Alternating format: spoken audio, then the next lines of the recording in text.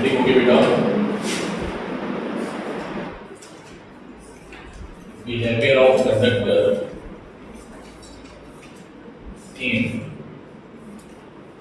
Electric field.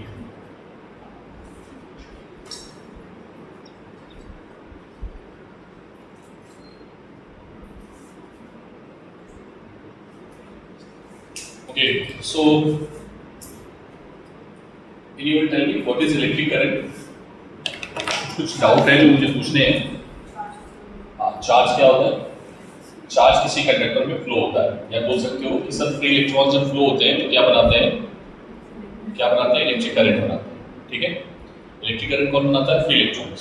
ठीक है, free electron जब कंडक्टर में मूव होते हैं, लेकिन थोड़ा सा और समझना है। जैसे मान लो हमारे पास ये एक रॉड वो है आयरन का, ऐसे समझ लो, तो इसके पास फ्री इलेक्ट्रॉन होंगे या नहीं होंगे? होंगे, तो करंट बननी चाहिए। तो जब हम किसी आयरन के टुकड़े को छूते हैं तो क्या करंट लगता है? हाँ, तो फिर क्यों नहीं लगता? लगना चाहिए। फ्री इलेक्ट्रॉन, हाँ, चार्ज फ्लो नहीं होते, चार्ज फ्लो होते बेटा। बोलो, जैसे मान लो ये हमारे पास एक कंडक्टर है, ठीक है, इस चीज को ध्यान समझना है। 10 लोग पीछे को बैठो, आ गया, ठीक है, ये कंडक्टर है तो इसमें इलेक्ट्रॉन्स हैं। अगर ये हमने बोला कंडक्टर है, क्या है ये? कंडक्टर, तो इसमें फ्री इलेक्ट्रॉन्स होंगे। क्या होंगे बेटा? Free electrons. ठीक है, लेकिन इस जगह पे क्या है, अभी हमने इलेक्ट्रिक फील्ड अप्लाई नहीं की है। मैंने क्या बोला है? If electric field is not applied, ठीक है, इलेक्ट्रिक फील्ड को अगर हमने अप्लाई नहीं किया है तो बेटा थोड़ा सा ध्यान से देखना कि यहाँ पर जो इलेक्ट्रॉन्स होंगे उनका मोशन होगा उनके पास, ठीक है, उनके पास मोशन होगा, लेकिन कुछ इस तरीके का मोशन होगा।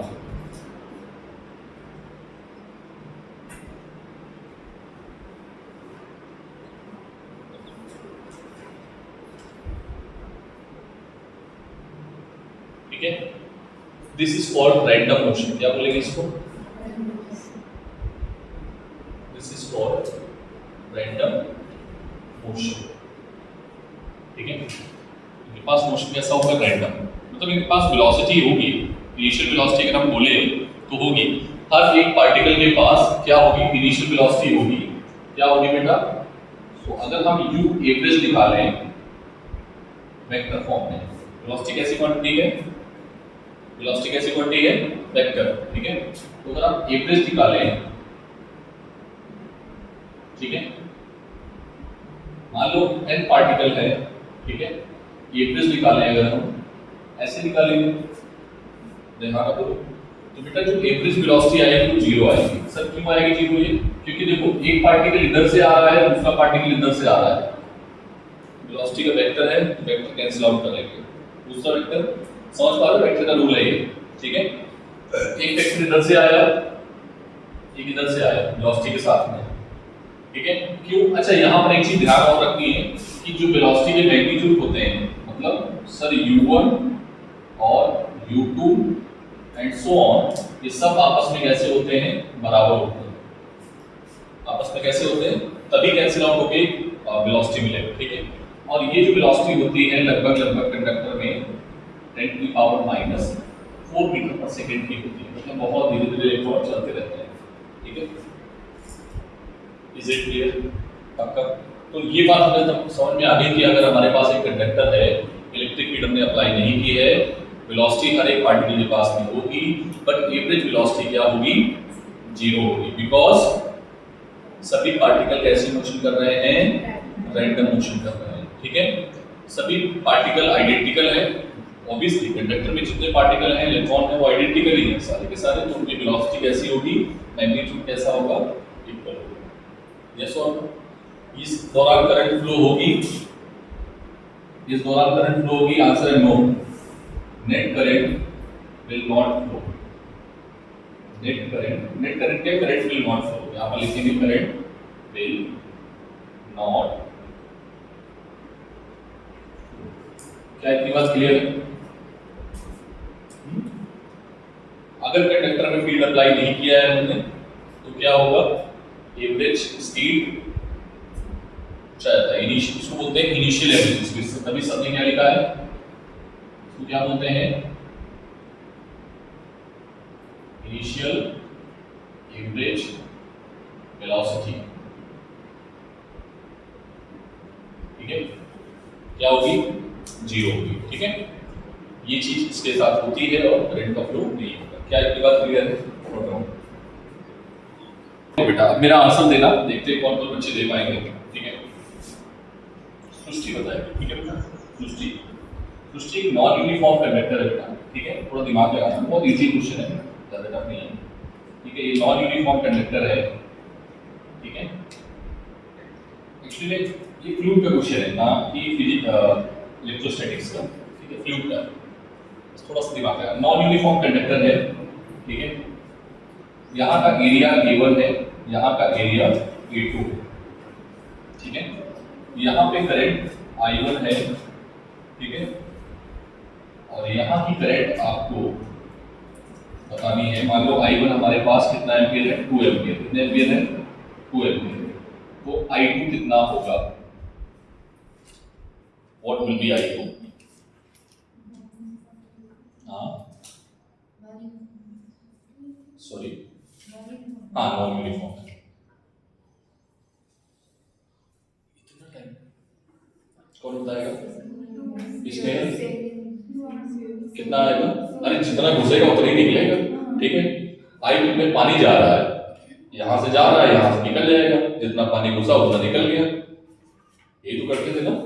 ठीक है सर, पानी जितना जा रहा है उतना निकलेगा। ठीक है, यस और नो, करंट जितनी घुसेगी उतनी ही निकलने वाली है। ठीक है, तो सर दोनों में अंतर फिर क्या होगा?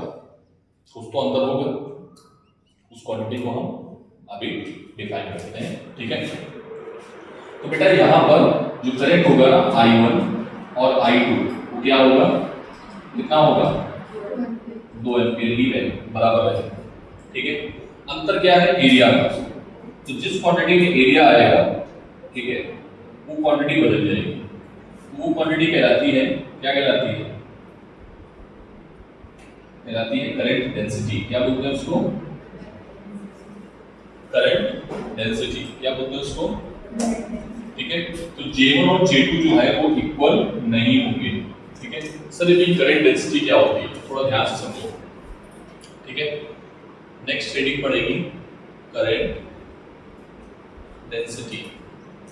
ठीक है, हमारे पास एक ये मान लो लूप है। ठीक है, इसका एरिया A है। क्या है इसका एरिया, एरिया A। इसका एरिया वेक्टर बेटा क्या है, एरिया वेक्टर समझ रहे हो, बहुत बार डिस्कस कर चुके हैं, will not discuss again. This is area vector. Okay, and this current, this charge flow like this. ठीक है, ये चार्ज फ्लो हो रहा है। ठीक है, तो कैसे करंट फ्लो हो रही है। ठीक है, आप हमें ये बताओ कि करंट जो है वो एरिया वेक्टर की डायरेक्शन में है या नहीं है। एरिया वेक्टर भी इधर है, करंट भी इधर है। ठीक है, तो मैक्सिमम करंट इससे पास होगी। लेकिन अगर आपने इस डिस्क को थोड़ा सा घुमा दिया, ऐसे कर दिया, ठीक है, तो इसका एरिया वेक्टर किधर हो जाएगा, एरिया वेक्टर परपेंडिकुलर होता है, पता है, परपेंडिकुलर जो सरफेस पे होता है that is called area vector. So this makes angle, ये कितना बेटा एंगल बना रहा है, मान लो ये एंगल से करंट से कितना एंगल बना लिया, थीटा। तो एक कंपोनेंट एरिया का किधर होगा, ए cos थीटा। बोलो, तो जे डिफाइन होता है, जे कहता है कि जिधर करंट जा रही है, करंट के डायरेक्शन में जो एरिया का कंपोनेंट होगा, करंट की डायरेक्शन में जो एरिया का कंपोनेंट होगा उसका अगर हम रेशियो ले लें, so that is called what, क्या बोलेंगे उसको, करंट डेंसिटी। क्या बोलेंगे इसको, this is called current density. Yes और नो, पक्का, सभी को बात समझ में आई? रिंजिमा करंट डेंसिटी क्या होता है बेटा, एरिया के कंपोनेंट, एरिया का कंपोनेंट जिधर है वो डायरेक्शन के लॉन्ग जो हम ले रहे हैं करंट की डायरेक्शन के लॉन्ग, ठीक है, वो कौन सा कंपोनेंट होगा, cos थीटा, पता है ना, और ये कंपोनेंट क्या होगा, a sin थीटा, ठीक, a cos थीटा। तो हमें कौन सा कंपोनेंट लेना है, along the direction of current, ठीक है। तो उसका जो रेशियो बनेगा that quantity is called current density. Sometimes some author capital J use करते हैं, आपकी बुक में स्मॉल j है, मैं स्मॉल j यूज करता हूँ, ठीक है। तो यहाँ पर थीटा की वैल्यू बता सकते हो क्या है, 0। यहाँ पर थीटा गिवन है, कोई भी थीटा गिवन है 60, 30, 40 पुट करके आंसर निकाल पाओगे आप इजी, ठीक है। So that is the current density, note down. यहाँ पर डेफिनेशन नोट करना खुद से अपनी लैंग्वेज में, इसकी इलेक्ट्रिक करंट और area vector along the direction of electric current के रेशियो को हम क्या बोलेंगे, क्या बोलेंगे, अपनी लैंग्वेज में लिखो, ठीक है। कुछ बच्चों को दिक्कत हो रही थी कि सर हम यहाँ पर पढ़ते हैं फिर घर पे भूल जाते हैं, ठीक है। तो अपनी लैंग्वेज में लिखो, whatever your language, whatever your language, ठीक है, but terms should be clear.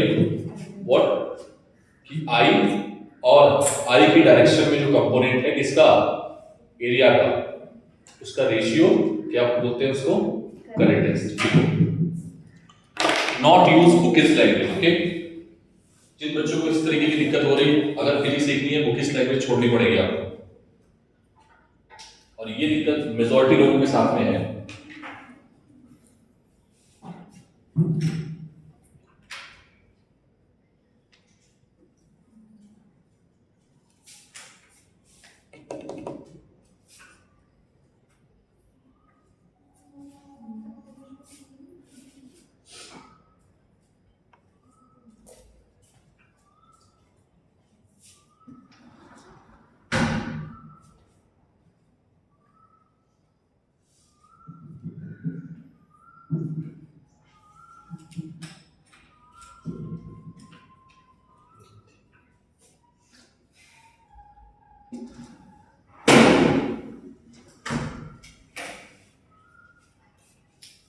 हो गया,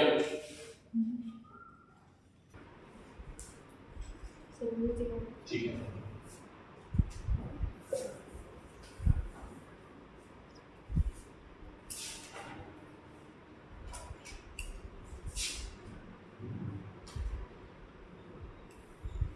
ये डायग्राम बनाया हम लोगों ने, बना लिया ना।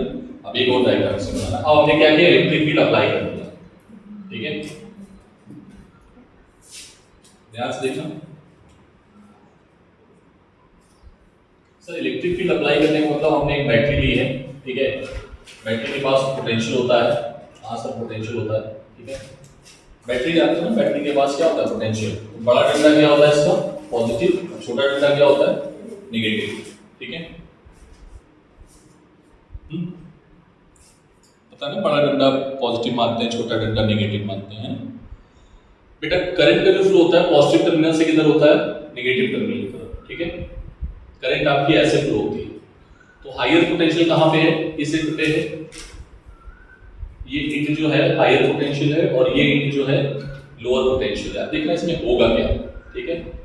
This is higher potential and this is lower potential, ठीक है। ये रूप हटा दे बेटा, इसको हटा दे।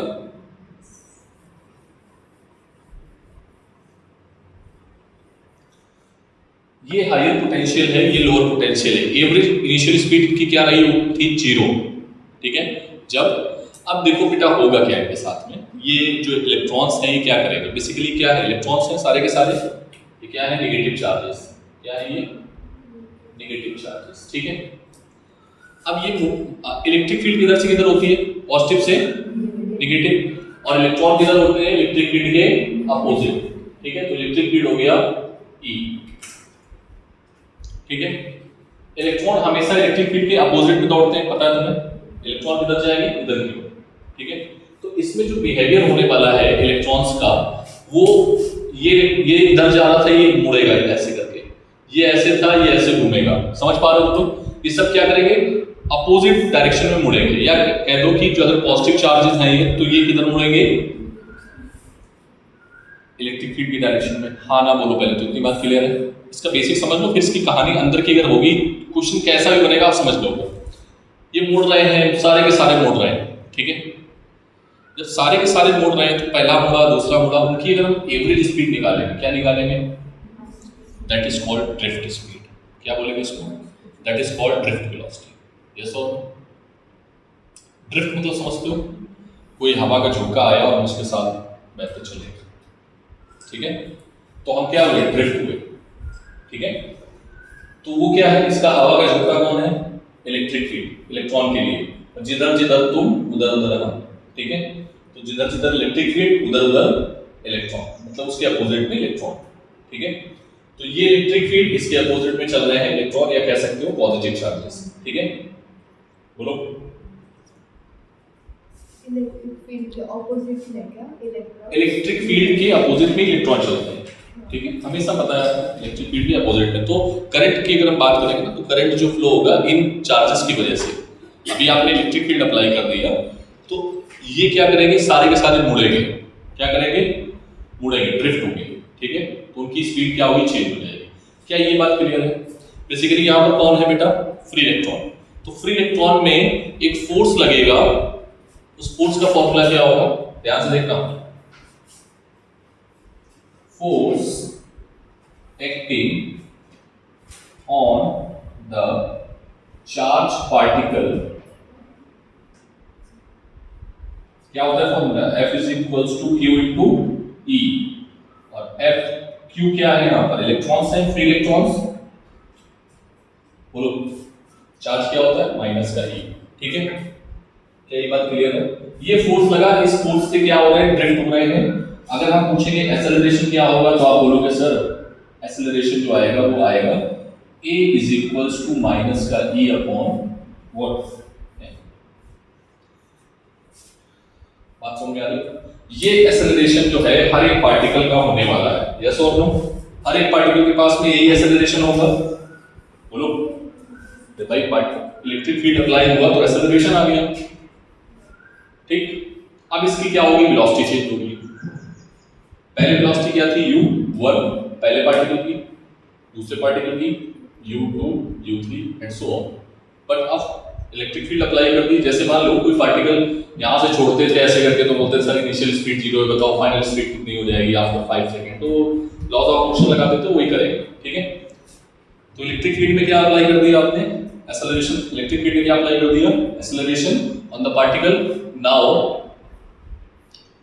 Final velocity of electron, final velocity of electron, ठीक है। पहले तो हम क्या निकालेंगे? एवरेज, ठीक है। तो वो जो एवरेज वेलोसिटी है b1, b2, b3 and bn, इस एवरेज वेलोसिटी का ही नाम दिया गया था व्हाट? ड्रिफ्ट वेलोसिटी, ठीक है। इसको हम रिप्रेजेंट करते हैं BDC। किससे रिप्रेजेंट करते हैं? याद रखोगे, ठीक है। ये HSC का टॉपिक नहीं है अभी, ये सब नीट का टॉपिक, ठीक है। तो ये ड्रिफ्ट वेलोसिटी ही हमने निकालनी है। ड्रिफ्ट वेलोसिटी क्या होती है? एवरेज वेलोसिटी जो होती है, चेंज, ठीक है, उसका जो चेंज है। तो हम यहाँ पर v1 निकालें, v2 निकालें, सब निकाल के यहाँ पर पुट कर दें, तो जो फाइनल आंसर आएगा रिजल्ट वही ड्रिफ्ट वेलोसिटी का होगा। बोलो, ठीक है। आगे बढ़े, बारिश हो रही है, चलो योगा हो गया।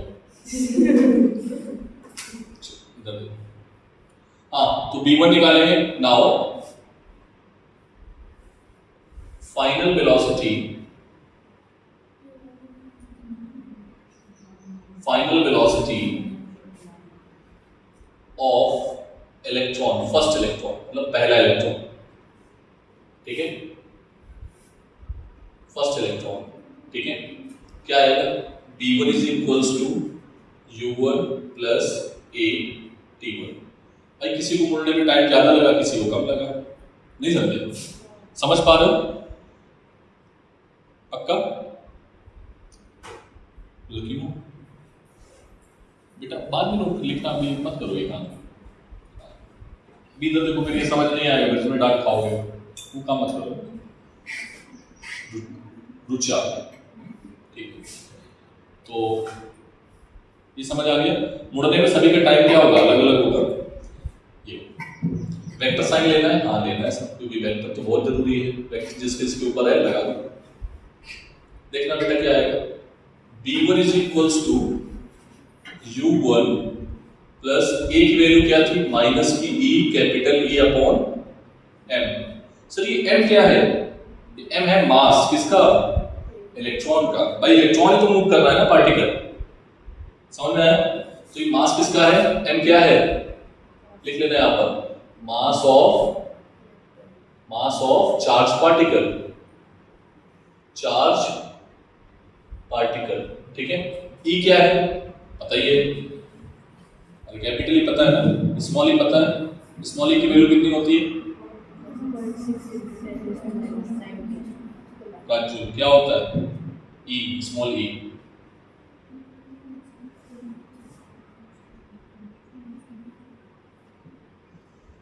बेटा पढ़ाई करो, दिक्कत होने वाली है तुम्हें, ठीक है।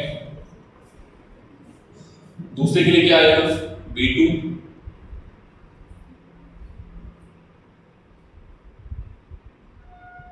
अच्छा टाइम के लिए T1, ठीक है, अपॉन M, ठीक है।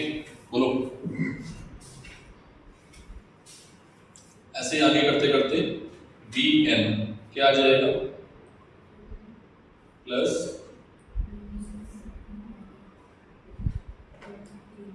ठीक है, उठा के पुट कर दो, ठीक है। देखना ध्यान से भी, मैं u वाले टर्म सारे लूंगा एक साथ और अपॉन में n कर दूंगा। देखना मैंने कैसे किया है, Vd is equals to u1 u2 u3 and so on un।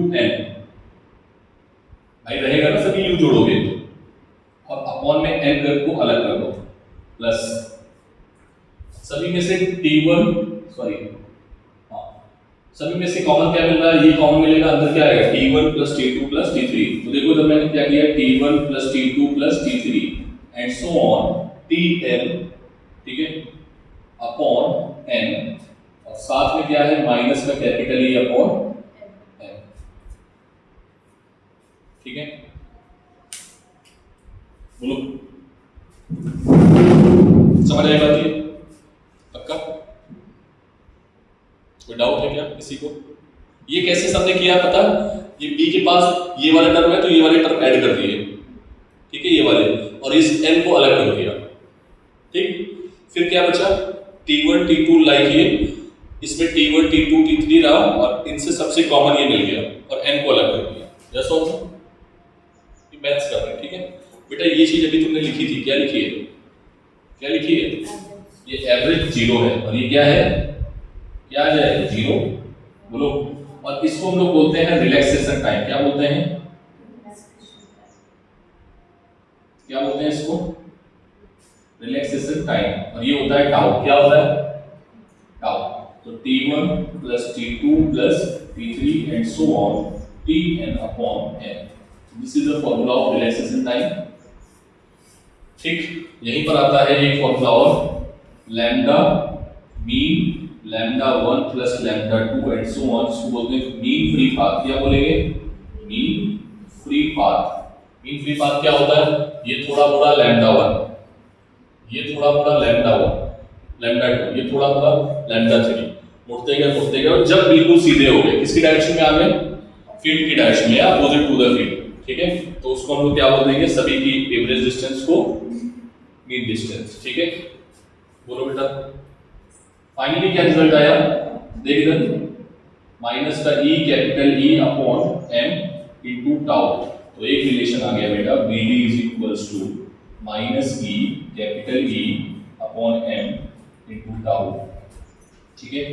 This is the velocity. Minus sign क्या दिखा रहा है, माइनस साइन दिखा रहा है direction of electric field and drift velocity of electrons, एक दूसरे के कैसे होंगे, अपोजिट, ठीक है। यहाँ पर लिख लेना what is negative sign reflectance, ठीक है। मोस्ट इंपॉर्टेंट फॉर्मूला जिस पे बहुत सारे न्यूमेरिकल्स पूछे जाते हैं, ठीक है, ठीक है। समझ आ गया, नोट करिए। देखो डेफिनेशन कौन सी नोट करनी है तुम्हें, रिलैक्सेशन टाइम की क्या लिखोगे, average time of relaxed charge particle is called relax charge particle means along the direction of field या opposite to the direction of field, ठीक है। ये क्या है? Free path. Average free path of electron towards electric field या opposite to electric field is called, ठीक है।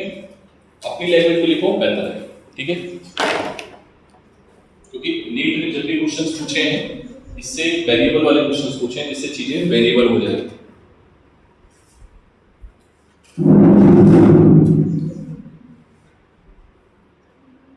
Heading पड़ेगी ड्रिफ्ट वेलोसिटी, ठीक है बेटा। ये क्वेश्चन इंपॉर्टेंट है।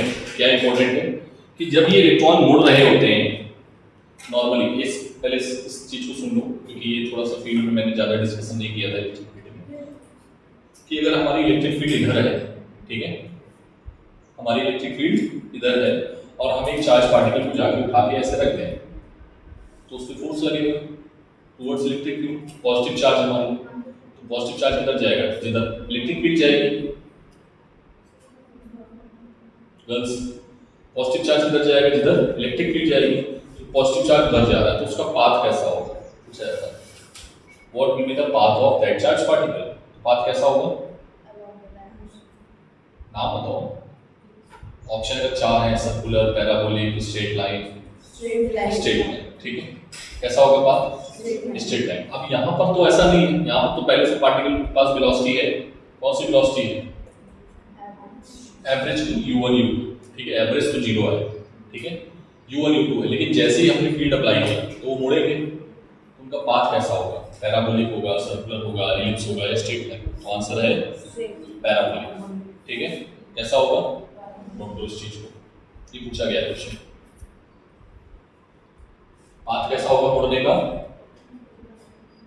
पाथ कैसा होगा? अब सर ये पाथ क्यों ऐसा होता है? देखो, एक चार्ज पार्टिकल अगर फील्ड एक ही डायरेक्शन में है, याद करो ग्रेविटेशनल फील्ड एक ही डायरेक्शन में होती थी और किसी भी पार्टिकल को हम इनिशियल वेलोसिटी से प्रोजेक्ट करते थे, याद करो, तो उसका पाथ कैसा था? प्रूव किया था तुमने प्रोजेक्टाइल में, प्रूव किया था ना कि अगर हम किसी पार्टिकल पे फोर्स नीचे की ओर एक ही डायरेक्शन में है फील्ड, ठीक है, फील्ड बदल नहीं रहा है और हम पार्टिकल को इनिशियल वेलोसिटी दे देते हैं, तो इनिशियल वेलोसिटी की वजह से इनिशियल वेलोसिटी है उनके पास, तो पाथ कैसा होगा? पैराबोलिक। सिंपल सी बात, अपना कंसेप्ट क्लियर होना चाहिए, ठीक है। पाथ कैसा होगा? लेकिन अगर उसके पास वेलोसिटी नहीं है, ठीक है, जैसे मान लो यहाँ से चार्ज पार्टिकल को ऐसे करके छोड़ दें तो ग्रेविटेशनल फील्ड भी इधर ही है, तो पाथ कैसा है? स्ट्रेट, ठीक है, पाथ कैसा है? ठीक है, तो ये बात क्लियर है, इसको नोट कर लीजिएगा, एग्जाम में पूछा गया है, ठीक है। अब लोग आगे बढ़ते हैं कि क्या क्या और वेरिएबल हो सकते हैं, ठीक है। तो पहला हो गया ड्रिफ्ट वेलोसिटी। अब निकालते हैं। अच्छा, एक चीज और देखो यहाँ पे,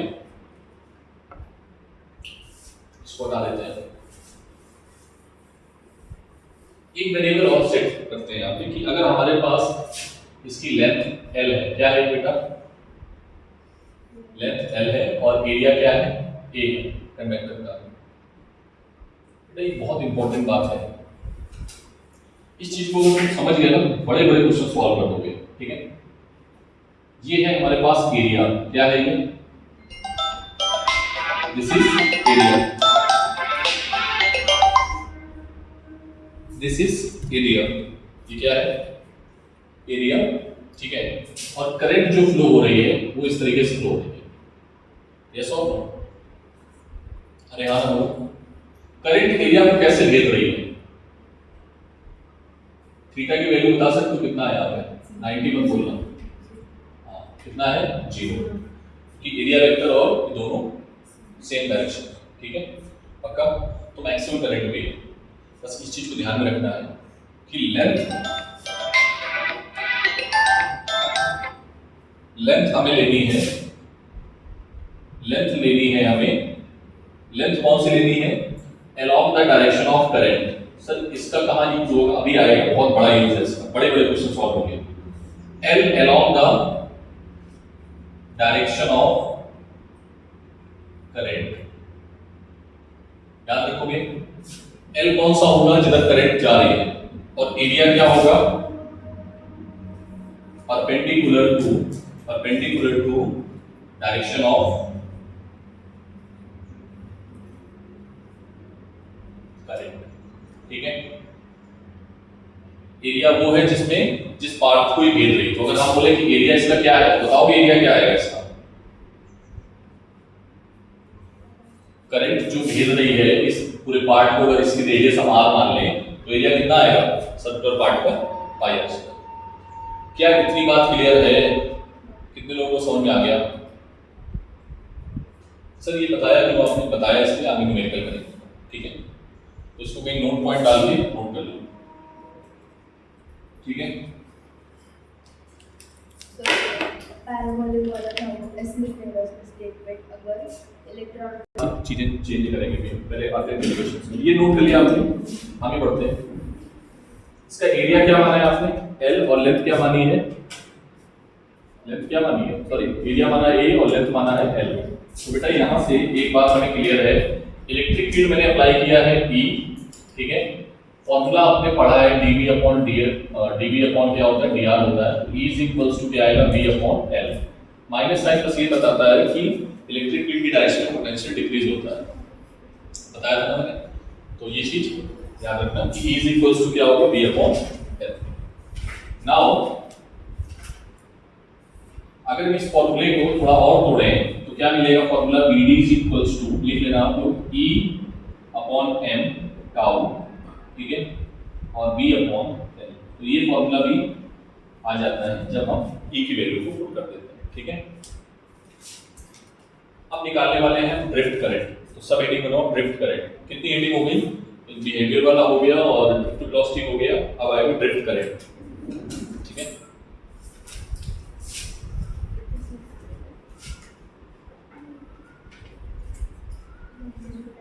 ड्रिफ्ट करंट, बेटा ड्रिफ्ट करंट, करंट का फॉर्मूला सर ने भी सिखाया था कि I इज इक्वल्स टू होता है Q अपॉन T, ठीक है। क्या होता है? किसी भी तरीके से आपको Q निकालना है और टाइम निकालना है, ठीक है। Q और टाइम अगर हम निकाल लेते हैं तो हम I तक पहुंच सकते हैं, ठीक है। तो ड्रिफ्ट करंट निकालने के लिए हमें क्या निकालना पड़ेगा? चार्ज, ठीक है। कुछ चीजें लेट करेंगे, ध्यान से देखना। क्या मैं लेट कर रहा हूं? ध्यान से देखना। Let small n be the number of electrons, सभी को दिख रहा है बेटा? ठीक से दिख रहा है? Number of electrons per unit volume. इसका मतलब समझे तुम लोग? पहले तो ये बताओ, बहुत ऐसे जानते ही नहीं है, मैं मुझे लगता है सब जानते हैं बट कोई जानते ही नहीं। इसका मतलब समझ में आया तुमको? पहले बताओ इस लाइन का मतलब। ये लाइन बता रही है कि नंबर ऑफ n जो है वो एक यूनिट वॉल्यूम में है। मतलब इसका मतलब ये है शुद्ध देसी भाषा में कि 1 मीटर क्यूब अगर हम वॉल्यूम लेते हैं तो उसमें नंबर ऑफ इलेक्ट्रॉन कितने हैं? कितने हैं? n, ठीक है। तो बेटा इसका एरिया कितना है? A, लेंथ कितनी है? L, तो वॉल्यूम कितना आएगा? A2, कितना आएगा वॉल्यूम? A2। तो टोटल वॉल्यूम ऑफ कंडक्टर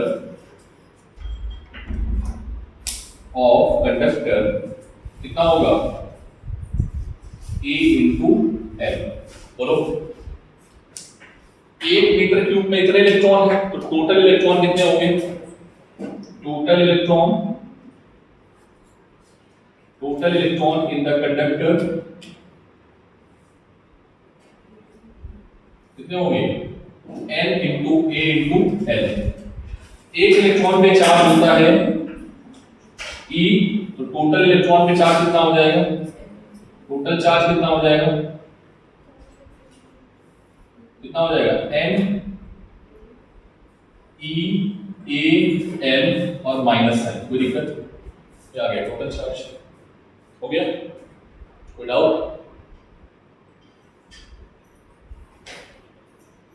बोलो, समझ आ गई बात? नाउ ड्रिफ्ट करंट कितना आएगा? ID is equals to total charge कितना है? Minus NEA L upon T। T है टाइम। सर कौन सा टाइम है? देखना जरा। E L upon T। अगर यहां से यहां तक इलेक्ट्रॉन जा रहे हैं, कितनी डिस्टेंस ट्रेवल कर रहे हैं? L, और कुल टाइम क्या लग रहा है? T। तो वो वेलोसिटी के बराबर होगा। किसके बराबर होगा? उनके पास वेलोसिटी क्या है? Average. BD is equals to क्या होता है? बोलो। So we can write here BD and velocity is equals to displacement upon time, ठीक है। तो डिस्प्लेसमेंट कहां से कहां तक का, ये यहां से यहां तक का टाइम क्या जनरेट किया है, t, ये टाइम वही वाला टाइम है, ठीक है। सो माइनस का NEA BD।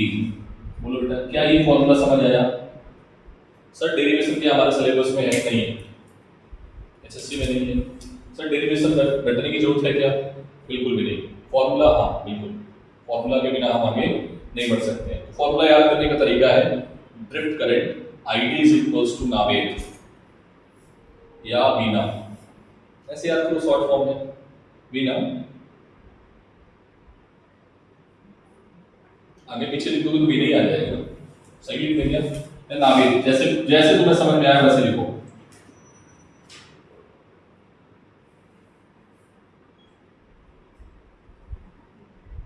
ठीक है। बट ये फॉर्मूला याद रखना है। What is BD? Drift velocity, E charge of an electron, N what is N, number of electron per ठीक है। What is A? इस फॉर्मूले को हम ऐसे भी तोड़ सकते हैं, कैसे? माइनस BD की जगह क्या लिख सकते हैं, बोलो। माइनस का E capital E tau upon M, बोलो। E माइनस माइनस हो जाएगा प्लस, ठीक है। N A, so that will be equals to क्या आ जाएगा, N E square capital E tau A upon M। देख लेना कुछ गड़बड़ लग गया, ठीक है। L के फॉर्म में लिखना है अगर तो कैसे लिख सकते हैं, N E square B tau A upon M into L।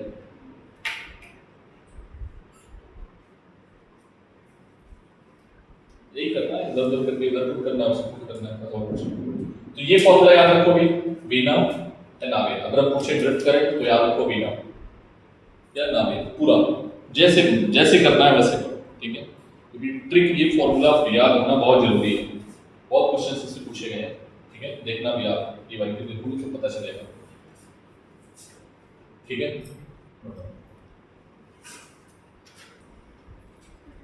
Next heading आएगी मोबिलिटी। मोबिलिटी क्या होती है बेटा? मोबिलिटी को म्यू से रिप्रेजेंट करते हैं, किससे रिप्रेजेंट करते हैं, म्यू से। म्यू होता है drift velocity per unit electric field. अगर एक यूनिट इलेक्ट्रिक फील्ड लगाया जाता है तो जिस कंडक्टर की ड्रिफ्ट वेलोसिटी ज्यादा होती है वो कंडक्टर अच्छा माना जाता है, ठीक है। बोलो बेटा। तो म्यू अगर हम निकालें इलेक्ट्रॉन का ड्रिफ्ट, जो सेमीकंडक्टर होते हैं, ठीक है, उसमें अलग कैरियर होते हैं, आपके पास सॉलिड्स होते हैं, कंडक्टर होते हैं, उनके अलग कैरियर होते हैं, ठीक है। फ्लूइड जो होता है उसमें अलग कैरियर होते हैं, मैं लिखवा दूंगा इसमें, ठीक है। तो इलेक्ट्रॉन की जो ड्रिफ्ट वेलोसिटी होती है, BD का फॉर्मूला भी सर ने लिखाया था, क्या लिखाया था, E tau upon M into capital E, ठीक है। और E एक नीचे भी है तो E से E कैंसिल हो जाएगा, तो ड्रिफ्ट वेलोसिटी ऑफ इलेक्ट्रॉन जो आएगा वो कितना आएगा, capital E tau upon M, ठीक है। समझ आ गई बात? यूनिट क्या होगी बेटा इसकी, बोलो।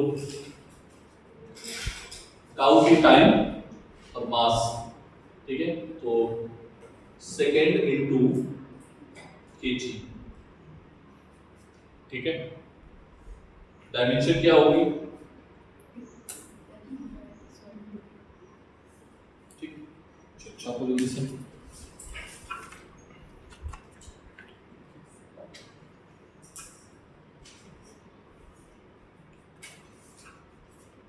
यहीं पर लिख लेना चार्ज कैरियर, ठीक है। चार्ज कैरियर किसमें कौन होते हैं,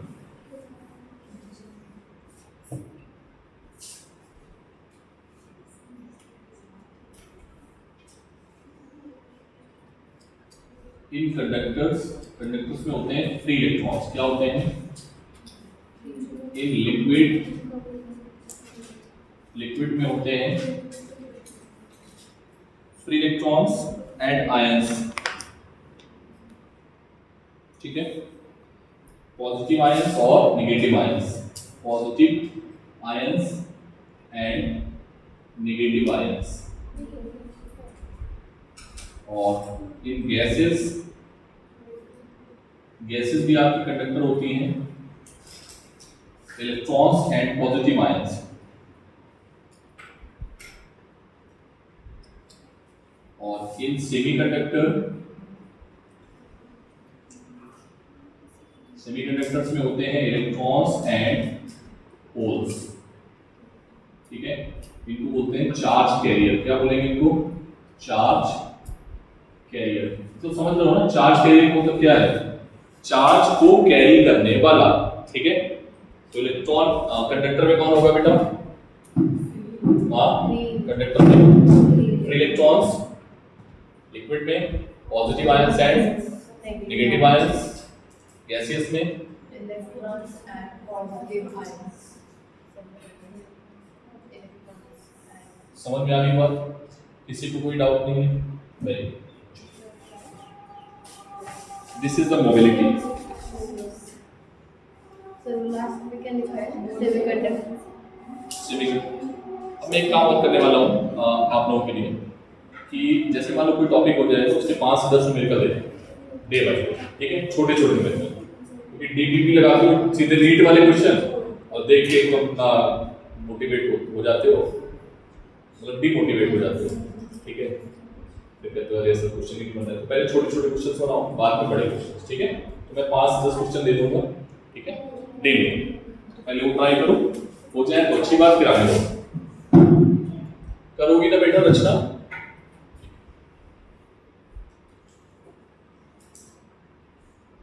और प्यारी बच्ची।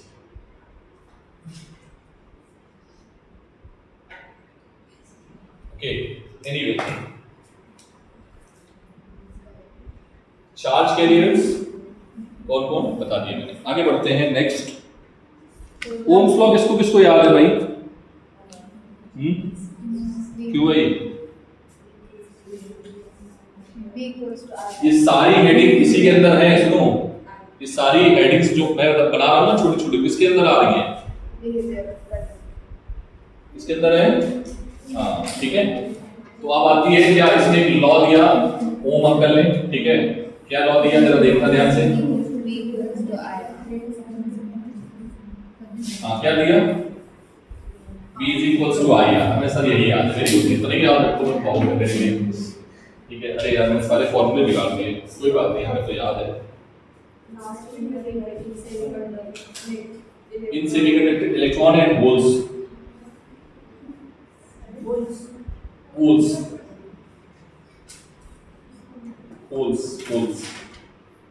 जैसे इलेक्ट्रॉन्स, ऐसे होल्स इज अ कैरियर, खाली जगह किसकी? इलेक्ट्रॉन की। पढ़ेंगे सेमीकंडक्टर पूरा चैप्टर है, इसी पर तो पूरा दुनिया टिकी हुई है, पता है आजकल। ताइवान, चाइना सब इसी पे खेल रहा है, सेमीकंडक्टर पे। तुम जो चिप लेके बैठे हो ना, छोटे छोटे मोबाइल लेके बैठे हो ना, सब खेल इसी का है। बहुत बड़ी चीज है ये, ठीक है। इंडिया के पास सोर्सेज नहीं है सेमीकंडक्टर के, ठीक है। इंडिया क्या करता है? खरीदता है, ठीक है। फिर आगे बढ़ते हैं, पढ़ेंगे बेटा, ठीक है। हम लोग आते हैं टॉपिक पे, ओम्स लॉ, ठीक है।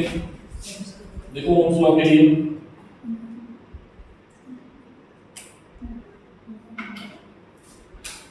ओम्स लॉ क्या था बाद में डिस्कस करेंगे। पहले हमने जो रिजल्ट निकाला था आई का, वो क्या था? आई इज इक्वल्स टू, कौन सी करंट थी? Drift current. कौन सी करंट थी? एक्चुअल में करंट ड्रिफ्ट करंट ही होती है, ठीक है। तो हम लोग ड्रिफ्ट करंट लेके चल रहे हैं, ठीक है। क्या है ड्रिफ्ट करंट का formula? I is equals to नावे वी नाम NEAVD, ठीक है। यही था, माइनस भी था क्या? हाँ सर, माइनस भी था, ठीक है। सर अभी इसमें आपने VD की वैल्यू भी पुट की थी, हाँ पुट की थी। क्या पुट की थी मैंने? वो माइनस का E, capital E, tau upon M। E की वैल्यू और भी मैंने पुट की थी V अपॉन L। अरे हाँ ना बोलो भाई, क्या ये बात समझ में आई? I इज इक्वल्स टू क्या आया? NEA। ये रिजल्ट बहुत इंपॉर्टेंट है, ध्यान से देखना।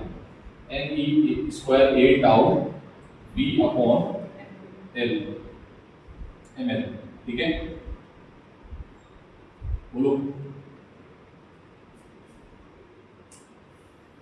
बेटा इस क्वांटिटी को लेट कर लेते हैं, इस क्वांटिटी को बोलते हैं 1/ρ, क्या बोलते हैं, या सिग्मा।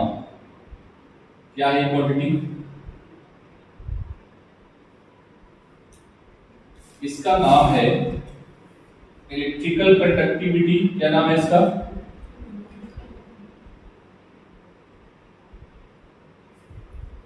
और इसका नाम है इलेक्ट्रिकल व्हाट, रेजिस्टिविटी। क्या नाम है इसका, तो इलेक्ट्रिकल कंडक्टिविटी जिसकी ज्यादा होगी उसकी रेजिस्टिविटी कम होगी, कंडक्ट ज्यादा कर रहा है तो रेजिस्टेंस कम, और उसका फॉर्मूला क्या है, ये। ठीक है, तो कोई अगर आपसे पूछ ले कि बताओ रो का फॉर्मूला क्या है, तो रो का फॉर्मूला क्या आएगा, m/n e² अपॉन टाउ। और ये पता है ये कंडक्टर के लिए क्या रहती है, for a conductor always constant, for a conductor it is always constant eight fixed temperature. ठीक है सर, ये चेंज हो सकती है, हाँ हो सकती है। देखो जरा कैसे चेंज हो सकती है,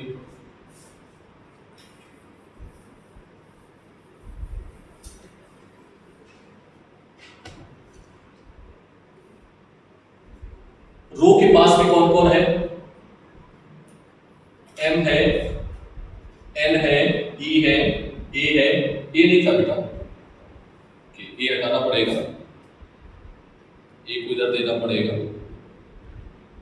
ठीक है,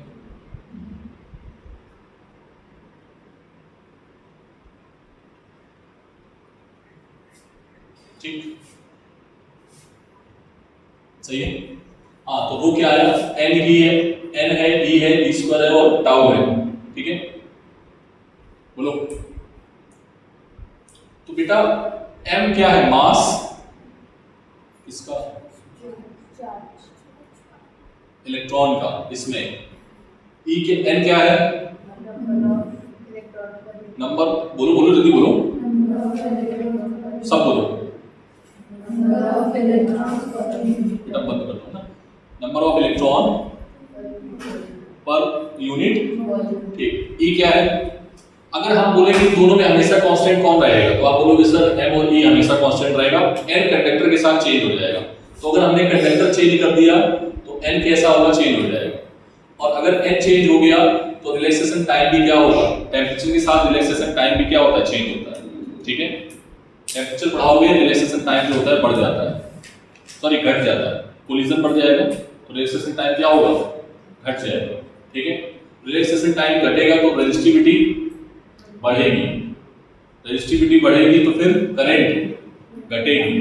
ठीक है, बहुत सारे फैक्टर है, यही पूछा जाता है, घुमा फिरा के ये पूछता है, नीट ने बहुत बार पूछा है ऐसा। ठीक है, तो दो फैक्टर हैं ये जो कि इस पर डिपेंड करते हैं, ये रो पे इस पे डिपेंड करते हैं। तो अगर हम आपसे बोले कंडक्टिविटी चेंज करनी, कंडक्टिविटी बेसिकली एक कंडक्टर के लिए कांस्टेंट होती है, क्यों, क्योंकि इसमें टेम्परेचर फिक्स होता है तो टाउ फिक्स हो जाएगा, अगर n फिक्स होगा तो रो फिक्स हो जाएगा।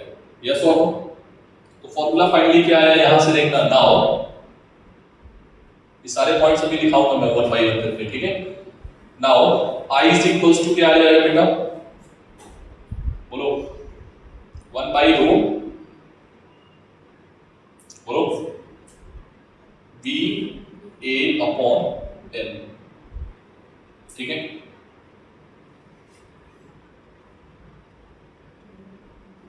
ठीक समझ आया बेटा। तो I क्या आ जाएगा, फिर से देखना, A रो L और V, तो V इज इक्वल्स टू rho L upon A into I। इस क्वांटिटी का नाम हमने दिया R। क्या नाम दिया, देखो ये सूरत तुम्हें पहले कभी देखी थी इसकी, R की, R का फॉर्मूला याद है, this R is called what, resistance of conductor. Yes और no, this is called resistance of conductor. ठीक है, so now v is equals to, ये क्या रहता है, ये किस पर डिपेंड करेगा, अगर हमने, ओम्स लॉ यही है कि अगर हमने L और A को फिक्स रखा, क्योंकि रो तो फिक्स है, रो तो कांस्टेंट है, L और A को फिक्स रखा तो V जो है वो किसके डायरेक्टली प्रोपोर्शनल हो जाएगा, I। यही था ओम्स लॉ, पूरा बताया। अगर L और A चेंज हो गया तो फिर कहानी चेंज हो जाएगी, ठीक है। तो क्या कहता था Ohm's law, if the physical conditions of conductor is remains constant then potential difference across the end of point is directly proportional to the flow of current. Short language में बोले तो V is directly proportional to I if A and L are constant। ठीक है, कहानी समझ में आई तो note करो जल्दी से, कैसे कहाँ जाना है पता है तुम लोगों को, ठीक है। जल्दी से फिर इसमें कुछ पॉइंट्स में आते हैं क्योंकि बहुत इसमें भरा पड़ा है, ठीक है। रेजिस्टेंस क्या होता है डिफाइन करेंगे हम इसको प्रॉपर तरीके से, और इसके कौन से फैक्टर हैं उसको भी डिफाइन करेंगे। बट अभी तुमको ये समझ में आ गया कि ओम्स लॉ कैसे आया था वहां पे क्लास 10 में, ठीक।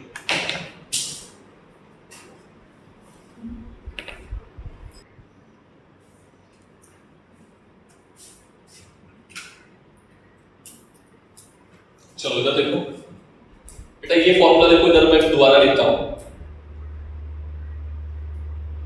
ये वाला फॉर्मूला। अगर मैं इसको ऐसे लिखूं, ध्यान से लिखना, I इज इक्वल्स टू इस फॉर्मूले को, ठीक है, I is equals to A by rho L, ठीक है, इनटू B, वही फॉर्मूला पे वही लिखना है, ठीक है। इस A को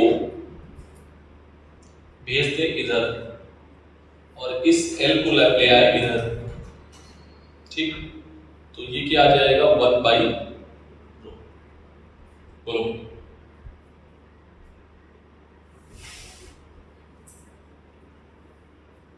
समझ आ गया क्या किया मैंने,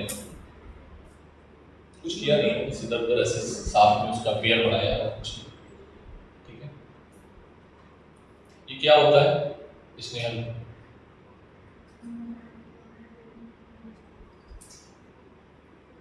रचना, तो दिमाग खोल के बैठो, हाँ ये क्या होता है, हाँ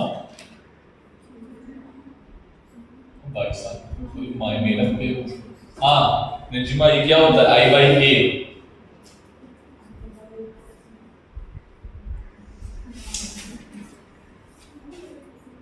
ये क्या होता है, ये क्या होता है, एक ही बच्चे ध्यान से पढ़ रही है। This formula is called J is equals to sigma into E, ठीक है। इसको बोलते हैं microscopic form of Ohm's law.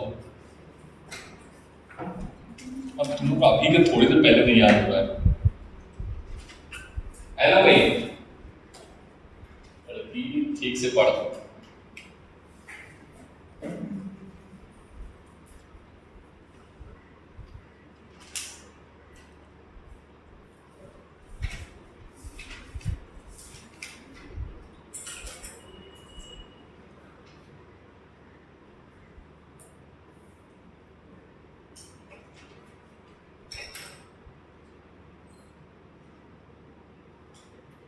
Microscopic form of Ohm's law, ठीक है। समझ में आ गया कैसे किया तुमने,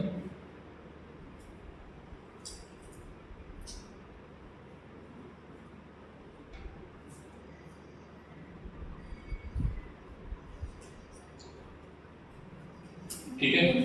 तो अभी इसमें बहुत सारी चीजें बाकी हैं, ठीक है, बहुत सारी न्यूमेरिकल पे तो आए नहीं ये भी, ठीक है। कल टॉपिक खत्म करेंगे, छोटे छोटे न्यूमेरिकल देंगे फिर हम करवाएंगे।